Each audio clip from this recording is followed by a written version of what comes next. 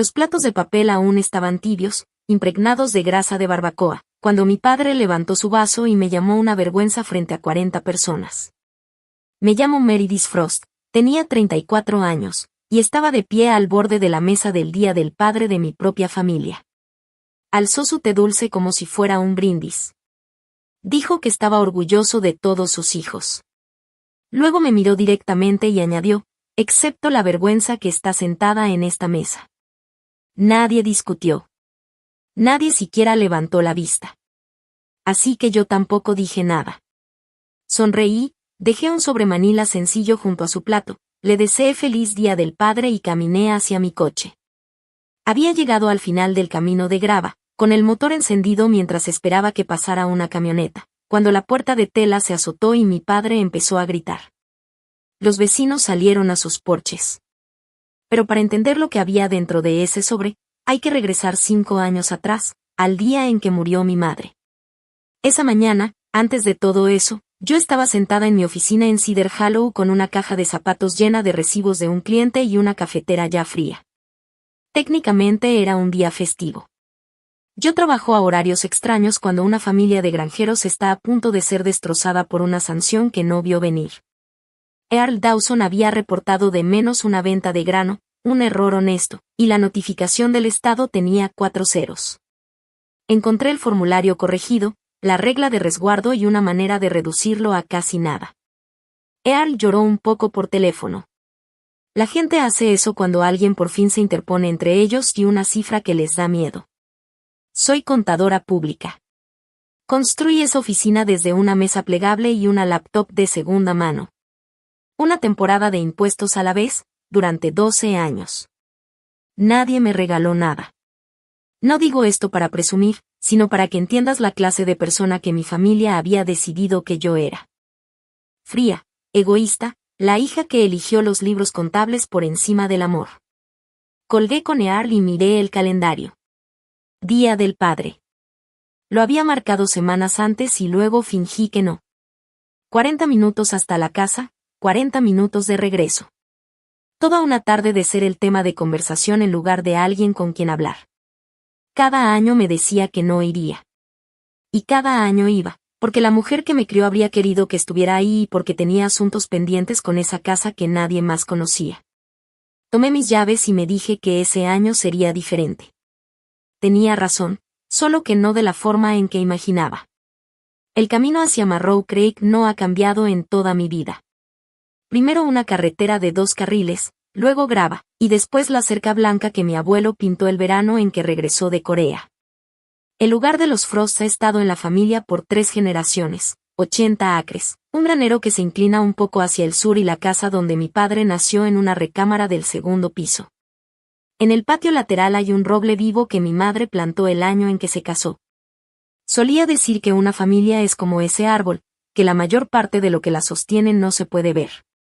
Doblé la última curva y ahí estaba todo, adornado con banderas, coches estacionados sobre el heno recién cortado, humo elevándose de 2 parrillas. Para cualquiera que pasara por ahí, parecía la casa más feliz del condado. Estacioné al final del camino, lejos de todos. Como se estaciona a alguien que siempre está listo para irse temprano. Supongo que es memoria del cuerpo. El cuerpo recuerda donde no es bienvenido mucho después de que la mente inventa excusas. Me quedé un minuto con el motor apagándose poco a poco. Podía escuchar la risa de mi hermano cruzando el patio, fuerte, fácil, la risa de un hombre que cree que la tierra bajo sus pies le pertenece. Revisé mi bolso. La cajita de metal seguía ahí dentro, donde la había puesto esa mañana sin preguntarme del todo por qué.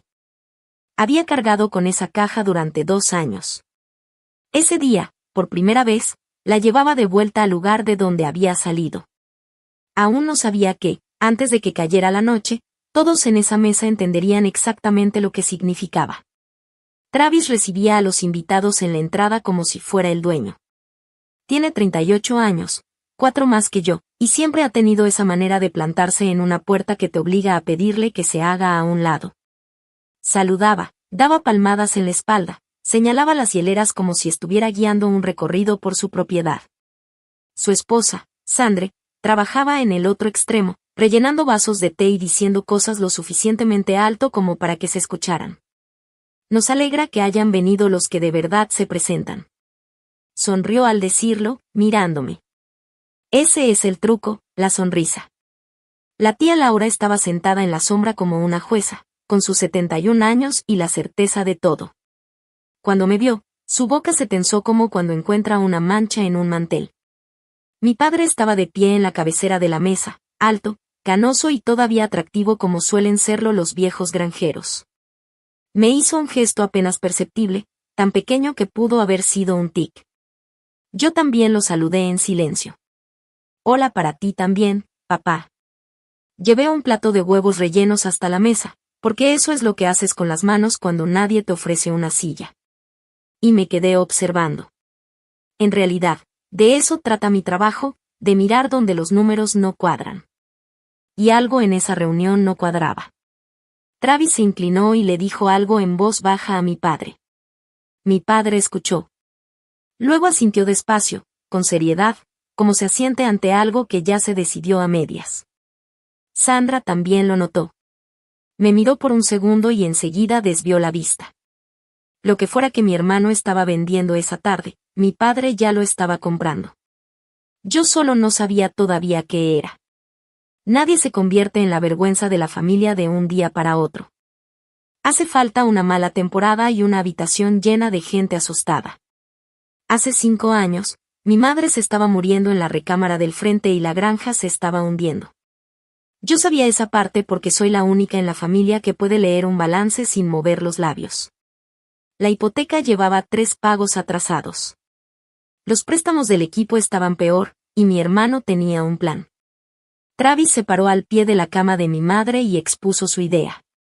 Una inversión, algo seguro, un hombre que conocía con un negocio de engorda de ganado que liquidaría la deuda para la primavera. Todo lo que necesitaba era que mi padre sacara capital de la propiedad para entrar. Yo hice preguntas. Eso fue todo lo que hice al principio.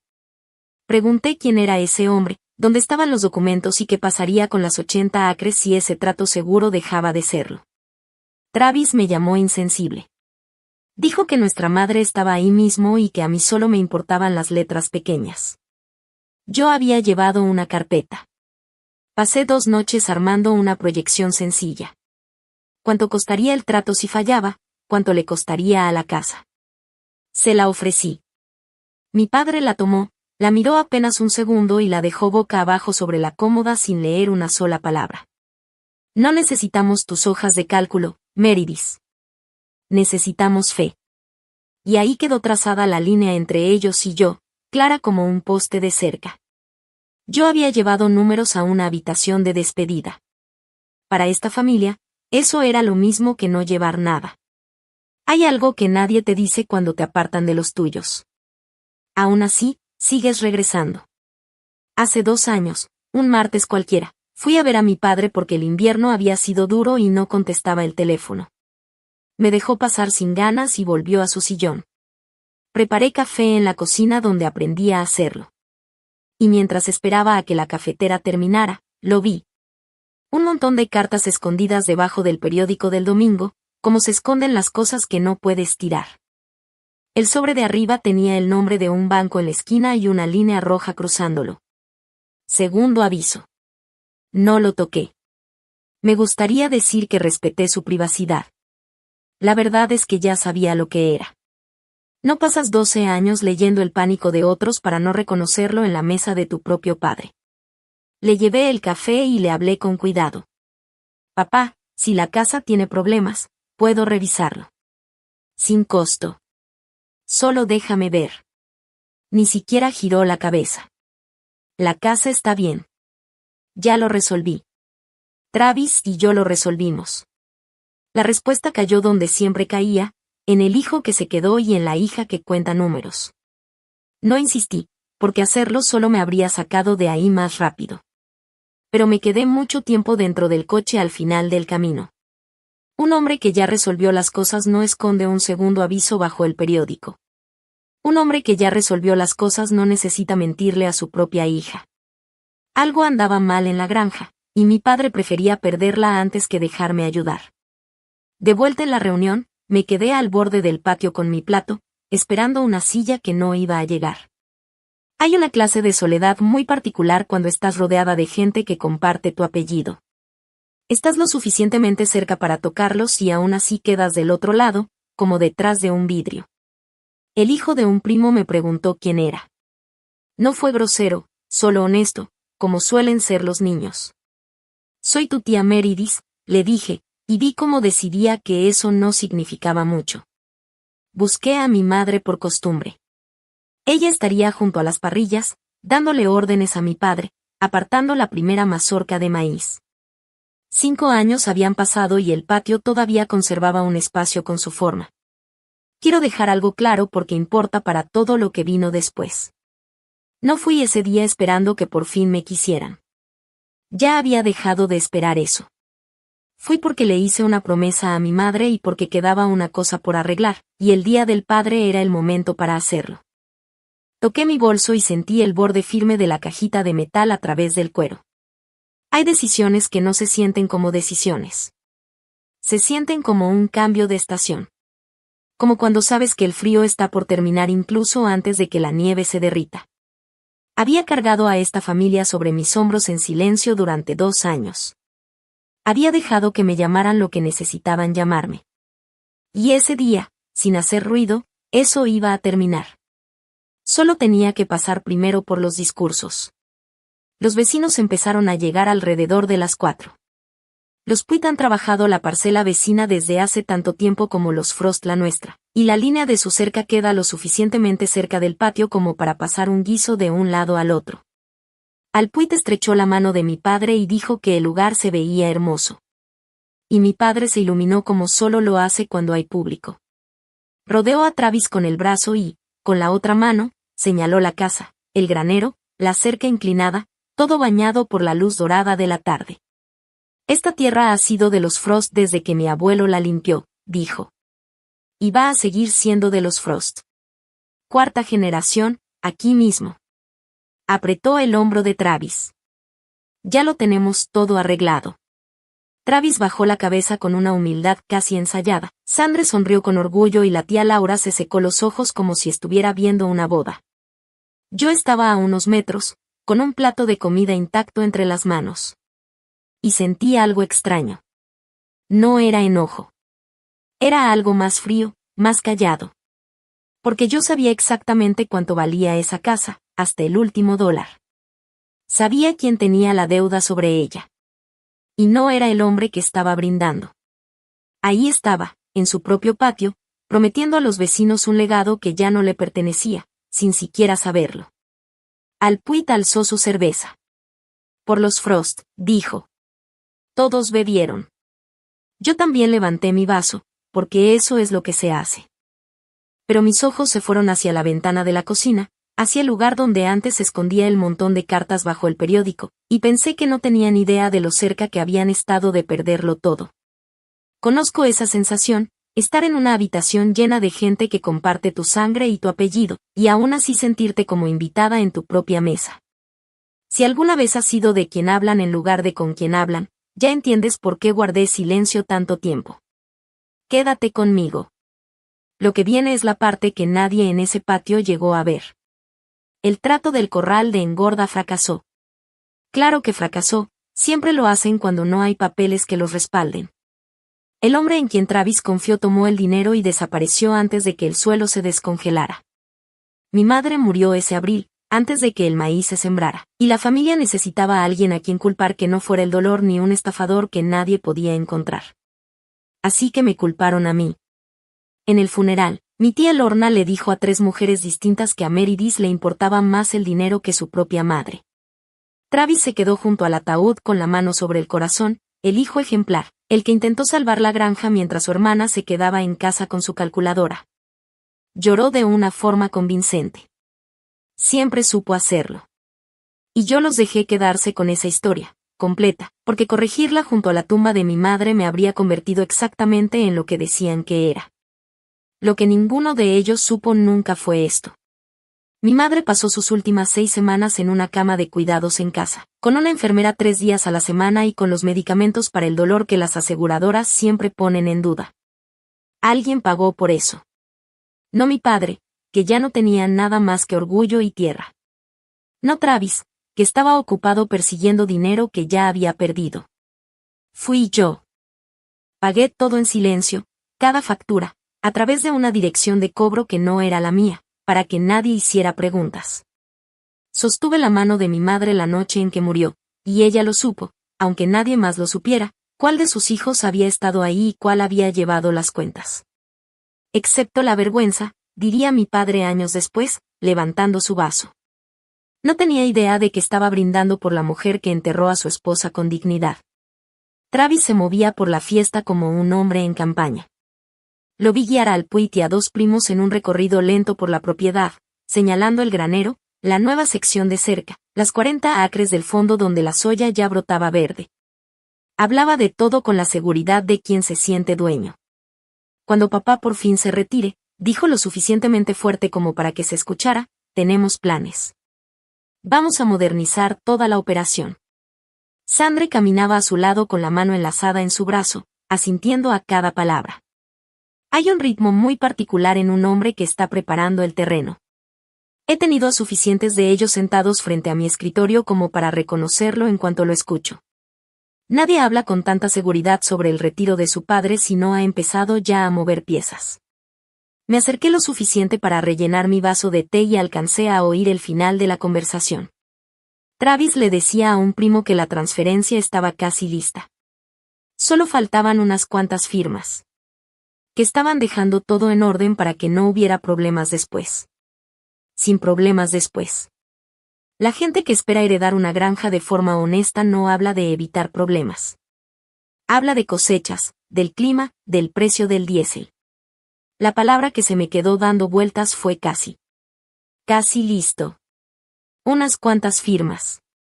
Mi hermano tenía prisa por algo. Y un hombre con prisa por firmar papeles es un hombre que teme lo que pueda pasar si espera. Por primera vez en toda la tarde, dejé mi vaso sobre la mesa. Dejé de pensar en cómo se sentía estar ahí y empecé a prestar atención. Debería explicar cómo es que una persona termina siendo capaz de desarmar, en silencio, la ruina de su propia familia.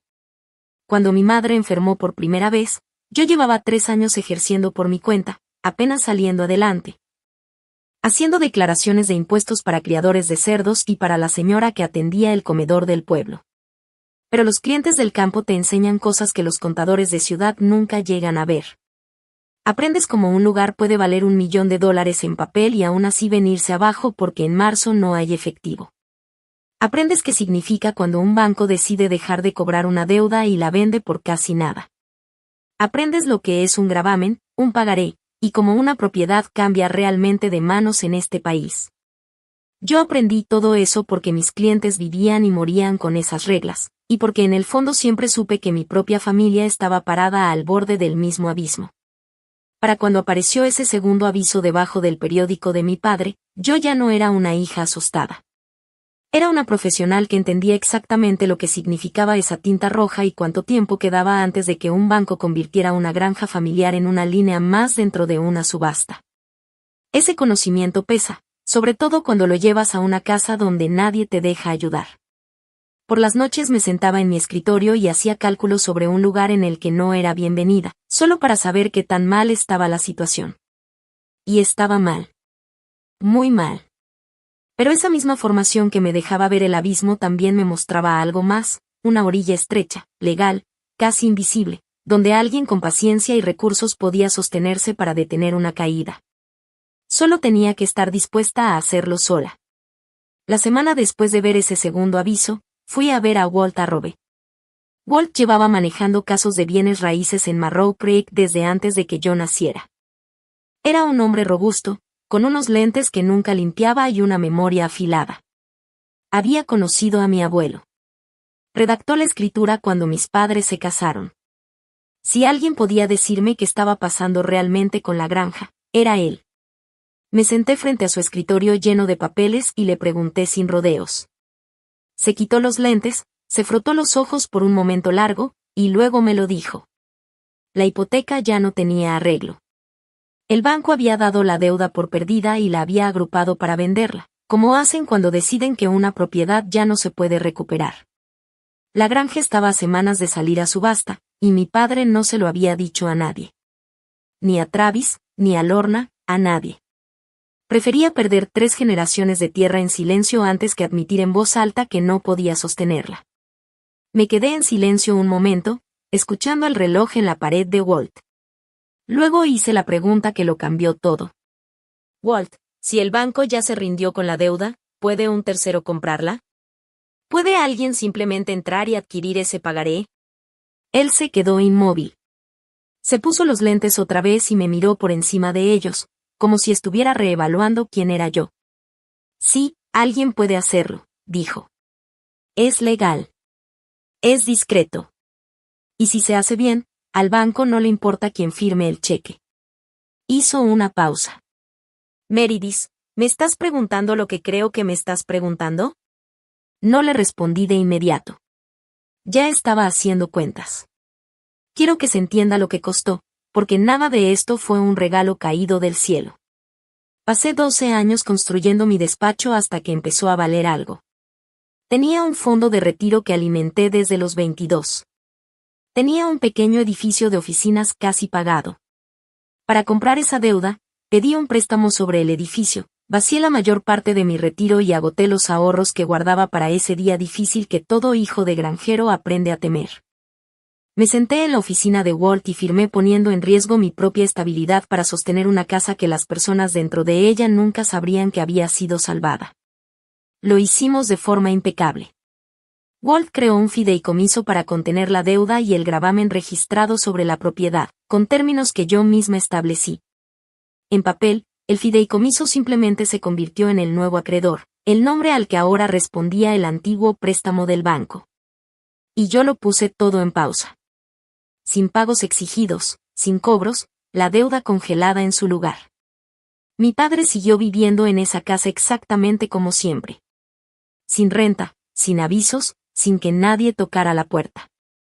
El banco recibió su dinero y se retiró.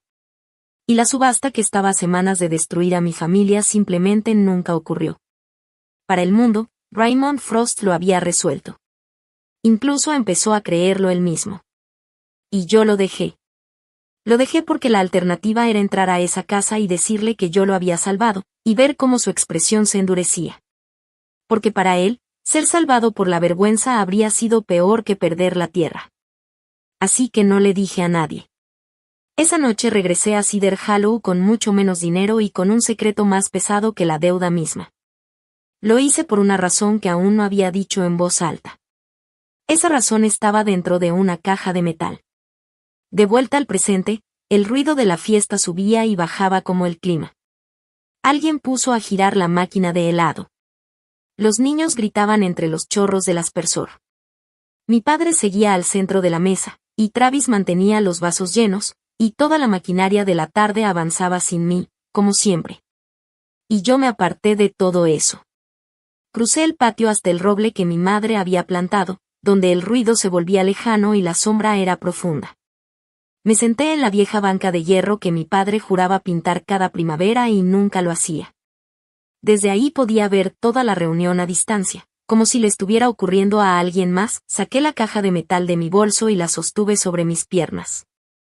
Era una lata vieja de pastel de frutas, abollada, con flores de Nochebuena ya deslavadas en la tapa. Mi madre guardaba botones ahí. Después, cuando enfermó, empezó a guardar otras cosas. Cuando murió, mi padre no pudo enfrentarse a sus cajones. Así que ese trabajo me tocó a mí, como siempre me tocaban las cosas difíciles y silenciosas. Encontré la caja al fondo del último cajón, debajo de una colcha doblada. Dentro había una carta con mi nombre al frente, escrita con su letra, una cursiva que se volvía inestable hacia el final. La leí una vez la noche en que la encontré, y luego la guardé. La llevé conmigo durante 2 años sin volver a abrirla, porque hay cartas que solo puedes soportar leer ciertas veces. Pero ese día la había traído de regreso a la granja a propósito. Necesitaba leerla ahí, bajo la sombra de su árbol, antes de hacer lo que había venido a hacer. Abrí la tapa. El papel estaba suave por haber estado doblado tanto tiempo. La voz de mi madre se levantó desde la página como si estuviera sentada a mi lado. Mare, escribió, para cuando leas esto, yo ya no estaré, así que lo diré claro, como a ti te gustan las cosas. Se lo de la granja. Lo sé desde hace más tiempo del que tu padre cree. He visto cómo esconde los avisos, cómo se apoya en Travis. Y sé cómo termina esto si alguien no lo detiene. Escribió sobre cómo llegó a esta tierra a los 19 años y aprendió a quererla, como se quiere a un hombre difícil, por lo que te exige. Luego vino la parte que había cargado conmigo durante 2 años. Tu padre va a perder este lugar. Y su orgullo no le va a permitir aceptar ayuda de la única hija lo suficientemente fuerte como para dársela. Esa eres tú, Meredith. Siempre fuiste tú. Eres la que puede cargar algo en la oscuridad sin necesitar que nadie la aplauda. Así que te estoy pidiendo algo difícil. Sálvalo si puedes. Hazlo en silencio. Déjalo conservar su orgullo, incluso cuando no lo merezca, porque la tierra no es para él. Es para los que vienen después. Y alguien tiene que ser la raíz que nadie ve. Y luego escribió la línea que nunca se me olvidó. Nunca te lo va a agradecer. Hazlo de todos modos. Siempre fuiste la fuerte, Mare. Por eso tiene que ser tú. Leí la carta 2 veces bajo su árbol. Y la segunda vez, mis ojos se mantuvieron secos. Eso la habría sorprendido, porque siempre decía que yo lloraba por las cosas equivocadas y nunca por las correctas. Doblé la carta y la guardé en la caja. Nunca te lo va a agradecer. Hazlo de todos modos. Durante 2 años lo hice de todos modos. Y al otro lado del patio, el hombre por quien lo había hecho estaba a punto de levantarse y llamarme una vergüenza. Guardé la caja y me quedé sentada un rato más, con las manos sobre las piernas. Desde la banca observé a mi padre moverse entre la gente, y traté de sentir el calor que mi madre habría querido que sintiera. No lo logré. Lo que sentí fue algo más seco. Hay una amargura particular en mantener a alguien cómodo sobre una base que no sabe que tú construiste. Se rió de un chiste. Se sirvió más té y parecía el hombre más feliz de la fiesta. Y lo era. Solo que no sabía que esa felicidad estaba ocurriendo en una casa que su propia hija había sostenido en silencio durante 2 años. Casi me reí. No fue una risa amable, sino de esas que salen para que no se conviertan en algo peor. Mi madre me pidió que fuera la raíz que nadie ve. Y lo fui. Y habría seguido siéndolo probablemente toda la vida de mi padre. Ese era el plan. Sostener la casa en la oscuridad, mantenerla en pie y entregarla a la siguiente generación cuando llegara el momento, sin decir una sola palabra. Había aceptado ser la vergüenza, si eso significaba que la tierra seguiría siendo de los Frost. Pero la paz depende de que todos cumplan su parte. Yo podía ser la raíz silenciosa. Podía cargar con todo por mi madre, sin quejas. Lo que no podía hacer, lo que no iba a hacer, era quedarme mirando mientras alguien intentaba vender aquello que yo había sacrificado tanto por proteger. Y eso, aunque aún no lo sabía mientras estaba sentada bajo ese árbol, era exactamente lo que mi hermano estaba haciendo. Regresé hacia la fiesta por un pedazo de pastel, y fue entonces cuando lo vi. Travis había apartado a mi padre del grupo, hacia el costado de la casa, cerca del tanque de gas, donde la gente va cuando quiere hablar sin que le escuchen. Me detuve en la esquina con un plato de papel en la mano. Una mujer cualquiera buscando postre. Invisible, como lo había sido todo el día. Travis tenía una carpeta. La abrió contra la pared de la casa y le extendió un bolígrafo. Aquí, papá, dijo. Y aquí donde están las marcas, solo para dejar todo en orden y que nadie nos cause problemas después. Mi padre buscó sus lentes en el bolsillo de la camisa y no los encontró. Entrecerró los ojos para intentar leer la hoja.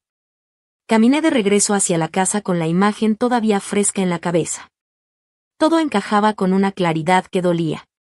Travis no estaba protegiendo nada, estaba preparando la venta, moviendo piezas con una calma calculada mientras mi padre confiaba en él sin cuestionarlo. El recuerdo de ese momento junto al tanque de gas no se iba. La carpeta, la pluma, la prisa disfrazada de formalidad. y ahora todo tenía sentido. No era papeleo sin importancia, no era cosa de abogados. Era el final de algo que mi padre creía estar asegurando. Me quedé en silencio mientras la fiesta seguía su curso, como si nada estuviera pasando. La música, las risas, el sonido de los platos, todo parecía normal, pero para mí ya no lo era. Había visto demasiado. Cuando regresé a la mesa de bebidas, escuché a Sandra hablando con la tía Lorna.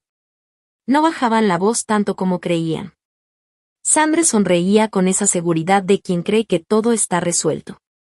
Decía que, en cuanto todo quedara firmado, por fin obtendrían lo que les correspondía después de todo lo que habían soportado.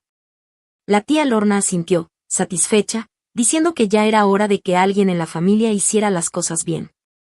Firmado. No heredado. No en el futuro. Ahora. Ahí fue cuando todo terminó de acomodarse dentro de mí. No era una suposición. Era un plan en marcha. Travis no estaba asegurando la granja para la siguiente generación. Estaba tomando control para venderla. Rápido. Sin importar el verdadero valor de la tierra. Dejé el plato con el pastel. Ya no tenía sentido sostenerlo. Lo que necesitaba era ver esos documentos, confirmar cada detalle antes de que la pluma de mi padre tocara el papel. Esperé. No hice nada apresurado. Sabía que el momento llegaría. Llegó cuando partieron el pastel y la gente comenzó a reunirse alrededor de la mesa larga. Todos se movieron hacia allá, incluso Travis, incluso mi padre. Le dije a un primo que iba al baño y entré por la puerta de la cocina. La casa estaba fresca y en penumbra, igual que siempre. Todo seguía en su lugar, como si el tiempo no hubiera pasado. La carpeta estaba sobre la mesa, justo donde mi padre la había dejado, junto a sus lentes y las llaves de la camioneta. No voy a decir que me sentí orgullosa, pero tampoco me arrepiento. La abrí. La primera hoja era exactamente lo que temía, y peor. Un contrato de listado listo para ejecutarse. La propiedad completa estaba ahí, la casa, las 80 acres, el granero, todo. El precio estaba en letras grandes, y era bajo, demasiado bajo. Un precio de venta rápida, de alguien que no quiere preguntas. Pero eso no fue lo que me dejó sin aire. En la línea de firma del vendedor no aparecía el nombre de mi padre. Decía Travis Frost, bajo poder notarial. Ahí entendí todo. Travis ya había conseguido que mi padre firmara un poder notarial limitado, seguramente meses atrás, disfrazado de protección legal, y ahora lo estaba usando para vender la propiedad en su nombre. Las firmas que buscaba ese día no eran para proteger nada. Eran lo último que necesitaba para cerrar el trato. Mi padre creía que estaba asegurando el futuro de la familia. En realidad, estaba firmando la pérdida definitiva de su hogar. Saqué el teléfono y tomé fotos de cada página. El contrato, el precio, la firma de Travis. Todo. Luego cerré la carpeta exactamente como la encontré. Mis manos no temblaban. Nunca lo hacen. Nadie me reconoce eso, pero siempre ha sido así. Cuando pasas años siendo subestimada, la gente deja de esconder cosas frente a ti. Cree que no estás mirando, que no entiendes, que no importas. Para cuando mi hermano pensaba poner esos papeles sobre la mesa, yo ya llevaba 2 años aprendiendo exactamente cuánto valía nuestra familia, y quién estaba intentando venderla. No hice ninguna escena. No levanté la voz ni busqué confrontación. Eso es lo que esperan de alguien como yo. El escándalo, las lágrimas, la acusación que nadie cree. Yo no funciono así. Salí de la casa, tomé un pedazo de pastel por cortesía, dije que pronto me despediría, y luego caminé alrededor del granero hasta encontrar señal. Ahí saqué el teléfono y llamé a Walt Arrobe, un domingo por la tarde. Contestó con la boca llena, claramente en su propia reunión. Le expliqué todo. La carpeta, la inmobiliaria, el contrato firmado por Travis bajo poder notarial. Walt dejó de masticar. Y entonces me hizo 3 preguntas, directas, precisas, como si cada una fuera una llave abriendo la siguiente puerta. Walt no tardó en reaccionar. Me preguntó la fecha del contrato, el nombre de la inmobiliaria y si el precio aparecía en el documento. Le respondí todo sin dudar. Del otro lado de la línea se hizo un silencio largo, pesado. Luego habló con la claridad de quien sabe exactamente lo que está diciendo. Meredith, si ese poder notarial es válido, si ya lo listó y encuentra comprador, tu padre puede perder la granja en 60 días. Y una vez que esto arranca, no hay mucho que pueda hacer para detenerlo. Sobre todo si ni siquiera entiende lo que firmó. Me recargué en el granero que había construido mi abuelo y miré hacia el terreno verde detrás de la casa, la cerca vencida, el roble vivo. 60 días. Mi hermano había armado una máquina limpia y silenciosa para quedarse con todo, y ya estaba en marcha. Había pensado en todo. En todo, menos en una cosa. No sabía que la granja no podía venderse sin pasar primero por mí. Ese era el punto exacto donde todo cambiaba. Mi hermano había pasado meses manipulando a mi padre, reuniendo firmas, alineando compradores, convirtiendo un poder notarial en la llave perfecta para vender la propiedad familiar y quedarse con lo que él llamaba lo que nos corresponde. Era, tengo que admitirlo, un buen plan. Paciente, frío, exactamente el tipo de estrategia en la que siempre fue mejor que en el trabajo honesto. Pero todo plan se sostiene sobre una suposición. Y la de Travis llevaba 2 años siendo falsa. Él creía que la granja podía venderse libremente. No podía. Cuando compré aquella deuda y la integré al fideicomiso, la reclamación del banco pasó a ser mía. El gravamen registrado, respaldado por el valor completo de la propiedad, ahora estaba a nombre de mi fideicomiso. El que yo creé. El que yo controlo. En papel, mi padre seguía siendo el dueño. Pero esa tierra cargaba un gravamen por todo lo que valía. Y la titular de ese derecho era yo. Mi padre vivía ahí sin notar diferencia alguna. Nada en su vida diaria había cambiado. Así que ahí estaba la escena. Mi hermano intentando que mi padre firmara un poder para vender una casa que, en términos legales, ya no podía vender sin pasar por mí. Un poder notarial permite actuar en nombre de alguien. No permite entregar un título limpio cuando existe un gravamen total en manos de otra persona. Travis había construido una llave perfecta, para una cerradura que no abría nada. Podía listar la propiedad. Podía negociar, podía incluso encontrar comprador. Pero en cuanto alguien hiciera una búsqueda de título, todo se vendría abajo. Porque ese derecho ya no era del banco, ni de Raymond. Le pertenecía a un fideicomiso. Y la administradora de ese fideicomiso era la desgracia de la familia. Ahí tuve una elección. Podía no hacer nada. Podía dejar que su plan avanzara hasta estrellarse solo contra la realidad, como había hecho durante 2 años con todo lo demás. El comprador se retiraría, la inmobiliaria exigiría explicaciones, y mi padre jamás sabría lo cerca que estuvo de perderlo todo. Yo seguiría siendo la raíz invisible que mi madre me pidió ser, sosteniendo la tierra en silencio para la siguiente generación, permitiendo que dijeran lo que quisieran de mí con tal de mantener la paz. Ese era el camino seguro. El que ya conocía. El que sabía recorrer. Pero me senté en un cubo volteado, bajo la sombra del granero, y pensé en la carta de mi madre. Nunca te lo va a agradecer. Hazlo de todos modos. Ella me pidió que protegiera la tierra. No me pidió que protegiera la mentira. Y hay una diferencia. Me tomó 2 años y un día del padre entenderlo de verdad. Proteger la tierra en silencio me había costado dinero y orgullo. Pero proteger la mentira me había costado mi nombre dentro de mi propia familia. Había permitido que un hijo pareciera bueno mientras intentaba despojarlos a todos. Había permitido que mi padre creyera cada día que la hija que lo salvaba era la que lo había decepcionado. Mi madre me pidió que cuidara su orgullo, incluso cuando no lo mereciera. Pero un hombre que presume una herencia mientras está a punto de venderla no merece que la verdad se le oculte a quienes presume. Tomé mi decisión. No era venganza. Era claridad. Di la vuelta al granero con la intención de hablar con mi padre una vez más, en privado, como lo había hecho años antes. Sentía que se lo debía. Lo encontré cerca de la mesa de postres, por fin sin Travis a su lado. Me acerqué y hablé en voz baja, con calma. Papá, Antes de que firmes algo más hoy, puedes dejarme leerlo. Solo leerlo. 5 minutos. Por un instante, algo cambió en su expresión. Una duda, quizá. Y quise creer que esa pequeña grieta bastaría. Entonces Travis apareció a su lado, como si siempre hubiera estado ahí. La mandíbula de mi padre se tensó y esa puerta que apenas se había entreabierto se cerró de golpe. Me miró frente a todos, frente a la familia, y habló lo suficientemente alto para que nadie se lo perdiera.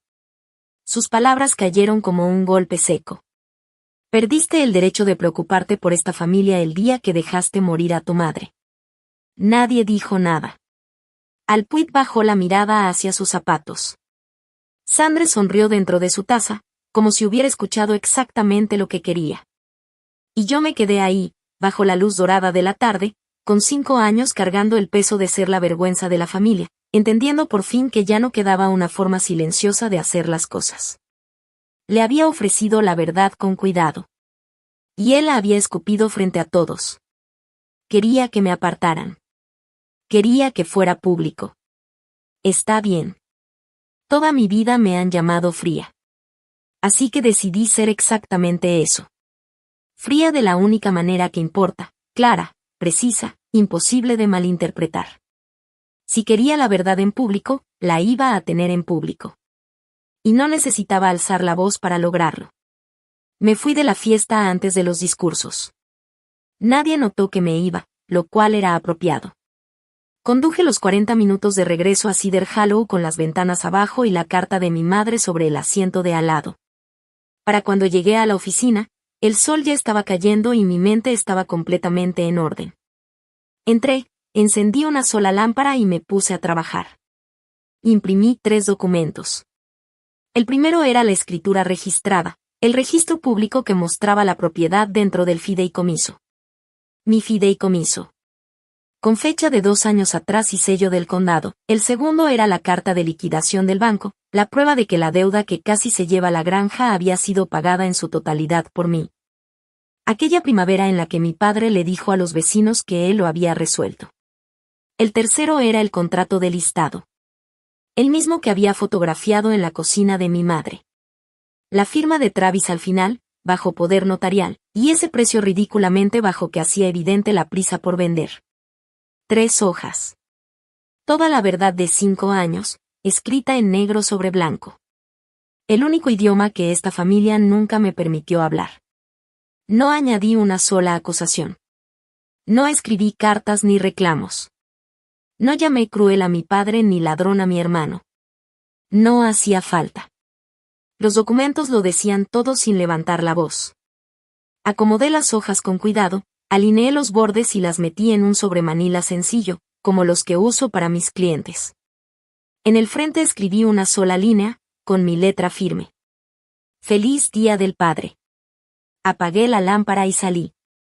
El día aún no terminaba, y ese sobre todavía tenía un lugar al que debía llegar. Casi no regreso. Me senté en mi propia cocina con el sobre frente a mí y dejé que el peso de lo que iba a hacer se asentara por completo.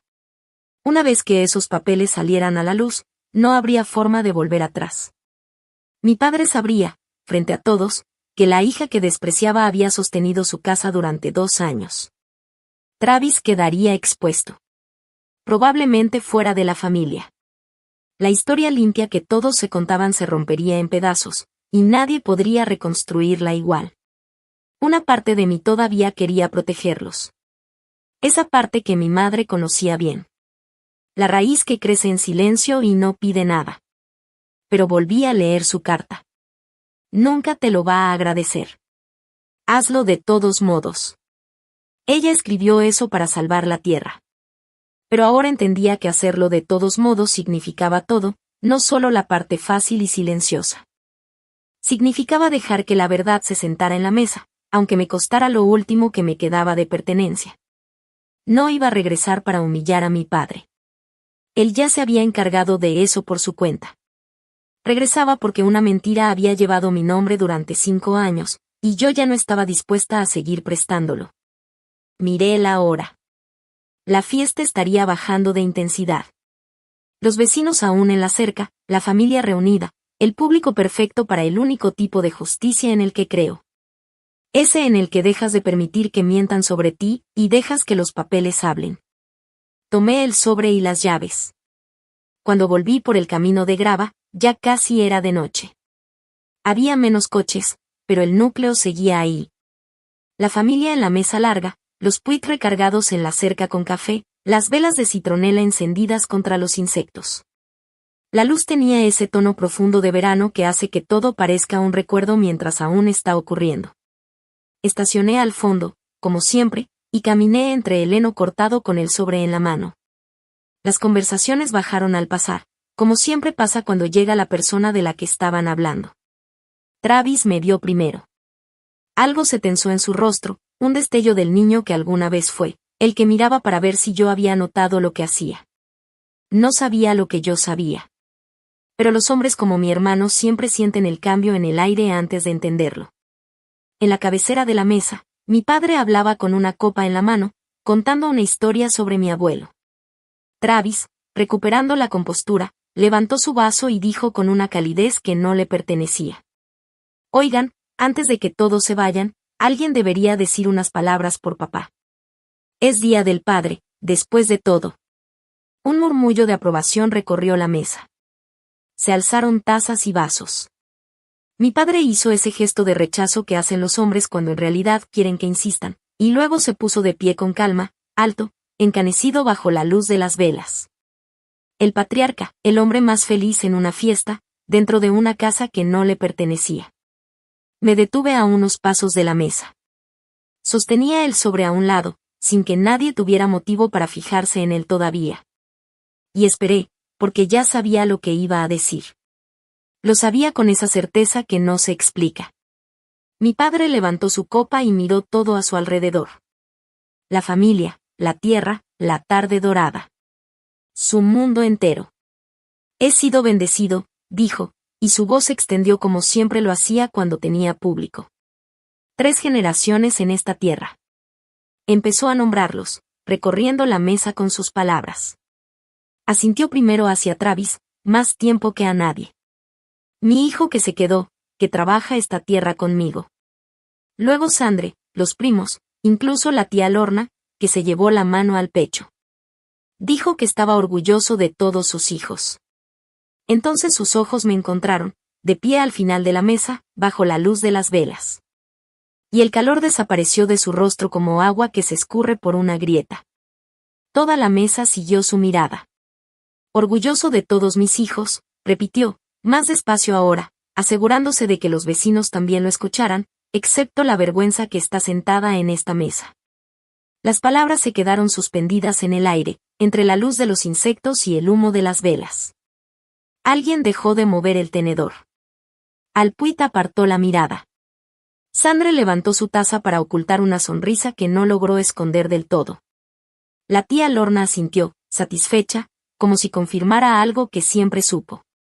Y Travis, mi hermano, el ladrón con camisa limpia, me miró con algo parecido a la lástima, convencido de que ya había ganado, de que esto solo era el momento final para poner a la vergüenza en su lugar. Nadie dijo nada en mi defensa. Nunca lo habían hecho. Me quedé completamente quieta y dejé que el silencio terminara de asentarse. Después hice lo único que aún me pertenecía. No lloré. Todos en esa mesa esperaban que lo hiciera. Querían que me quebrara, que hiciera un escándalo, que confirmara la historia que habían contado durante años. Nunca en mi vida he sido la versión de mí que otros desean ver caer. Sonreí. Una sonrisa real, casi suave. Creo que eso inquietó más a mi padre que cualquier grito. Avancé hasta la cabecera de la mesa, entrando en la luz de las velas, lo suficiente para que tuviera que mirarme. Coloqué el sobre Manila junto a su plato, recto, silencioso, como se coloca algo que ya está decidido. Sus ojos bajaron a la línea escrita al frente. Feliz Día del Padre. Luego volvieron a mí, estrechos, desconfiados. Un hombre que siente que el suelo se mueve, pero aún no entiende hacia dónde. ¿Qué es esto?, dijo. No era una pregunta. Era una advertencia. Mantuve la voz baja, firme. La misma que uso cuando alguien está a punto de escuchar una verdad difícil. Feliz Día del Padre, papá. Ábrelo cuando quieras. Eso fue todo. Ni acusaciones, ni discursos. 5 años resumidos en menos palabras de las que él acababa de usar contra mí. Miré una vez alrededor de la mesa. A Travis, a Sandre, a Lorna, a los Puig detenidos junto a la cerca. Dejé que todos vieran que estaba completamente tranquila. Luego me di la vuelta y caminé entre el heno cortado hacia mi coche. Detrás de mí, escuché a mi padre tomar el sobre. El sonido del papel. No volteé. Hay cosas que no necesitas ver para saber que han ocurrido. El camino hasta el coche se sintió largo. Detrás, el patio quedó en silencio, ese silencio incómodo de una multitud que aún no decide si sentirse avergonzada o asustada. Escuché la voz de Travis, ligera y alta, dirigida a los vecinos. No le hagan caso, solo está exagerando. Ya saben cómo es. Ignóralo, papá. Tíralo. Pero mi padre no lo tiró. No necesitaba verlo para saberlo. Se siente, como cuando cambia la dirección de una tormenta.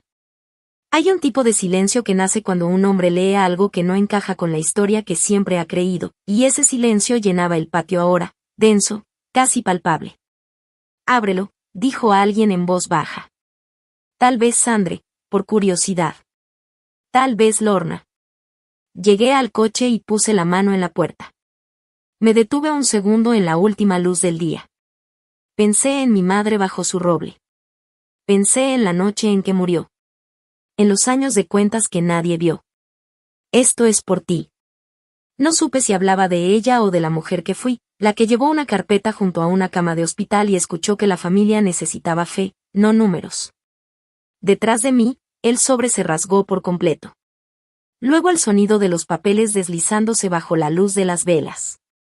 Escuché a mi padre tomar aire, y luego ese mismo aire atorarse en su garganta cuando sus ojos encontraron la primera línea. Abrí la puerta del coche. Sabía que lo que venía después ya no se podía detener. Mi padre leyó la primera hoja, luego la segunda, luego la tercera. Y toda la fiesta observó cómo el color se le iba del rostro poco a poco. La primera hoja era la escritura registrada, archivada 2 años atrás. El gravamen sobre la casa y las 80 acres, asignado a mi fideicomiso, con mi nombre como responsable. La segunda era la carta del banco.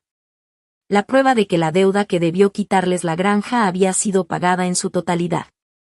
Por mí. La misma primavera en la que él les dijo a esos vecinos que lo había resuelto solo. La tercera era el contrato de venta. La firma de su hijo al final, bajo poder notarial. El precio bajo, evidente, imposible de justificar. La máquina que había estado vendiendo la casa familiar en silencio, justo debajo del hombre que levantaba la copa. Lo entendió todo de golpe. La vergüenza había salvado la granja. El hijo del que estaba orgulloso intentaba venderla. La herencia que presumía no estaba libre desde hacía 2 años. Y lo único que la había mantenido a salvo había sido ella. Mi padre se levantó tan rápido que la silla cayó hacia atrás sobre el pasto. Travis, dijo, y su voz se partió a la mitad. ¿Qué es esto? ¿Qué hiciste? Travis ya estaba de pie, con las manos en alto, sin rastro de su seguridad. Papá, eso no es así, ella lo está torciendo, eso. Pero mi padre ya no escuchaba. Pasaba las hojas con las manos temblando y gritaba, sin palabras claras, solo ese sonido crudo de un hombre viendo cómo todas las historias que se contó sobre sí mismo se derrumbaban al mismo tiempo. Los Puig se apartaron de la cerca. Más allá, una luz de porche se encendió, luego otra.